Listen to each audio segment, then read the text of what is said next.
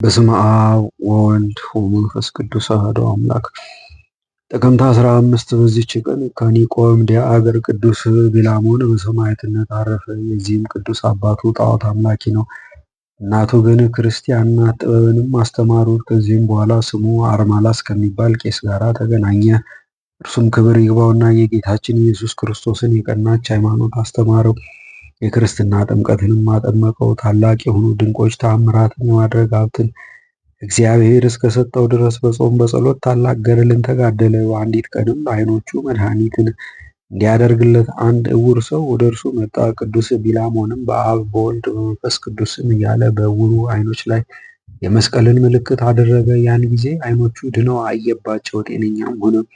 ንጉሡም ዓይኖቹ የተገለጡለትን የዚያን ዕውር ዜና በሰማ ጊዜ ወደ እርሱ አስቀረበውና ዓይኖችህን ማን አዳነህ ብሎ ጠየቀው። እርሱም እንዲህ ብሎ መለሰለት፣ ቅዱስ ቢላሞን ፈወሰኝ። እርሱ እጁን በዓይኖቼ ላይ አድርጎ በስመ አብ ወወልድ ወመንፈስ ቅዱስ እያለ በመስቀል ምልክት አማተበብኝ።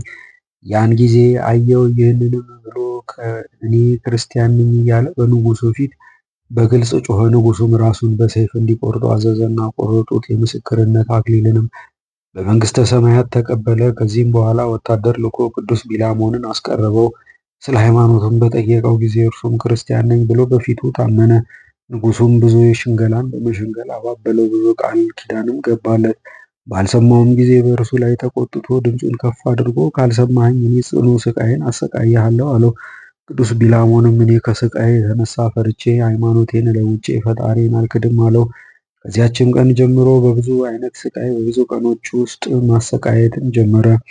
በግርፋት፣ በስቅላትም፣ በባህር ስጥመትም ወደ እሳት መወርወርም የሚያሰቃይበት ጊዜ አለ። በዚህም ስቃይ ውስጥ ሳለ ክብር ይግባውና ጌታችን ኢየሱስ ክርስቶስ ባጠመቀው ቄስ በአርሜላዎስ አምሳል ተገልጾለት እንዲህ የሚል የደስታ ቃል አሰማው።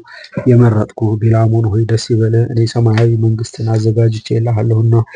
የንጉሡ ጭፍሮችም ይህን የደስታ ቃል ሰሙ። ክብር ይግባውና በጌታችን ኢየሱስ ክርስቶስም አምነው እነርሱ በሕያው እግዚአብሔር ልጅ ክርስቶስ ያመኑ መሆናቸውን በንጉሡ ፊት ገለጡ። በዚያንም ጊዜ ራሳቸውን በሰይፍ እንዲቆርጡ ንጉሡ አዘዘ።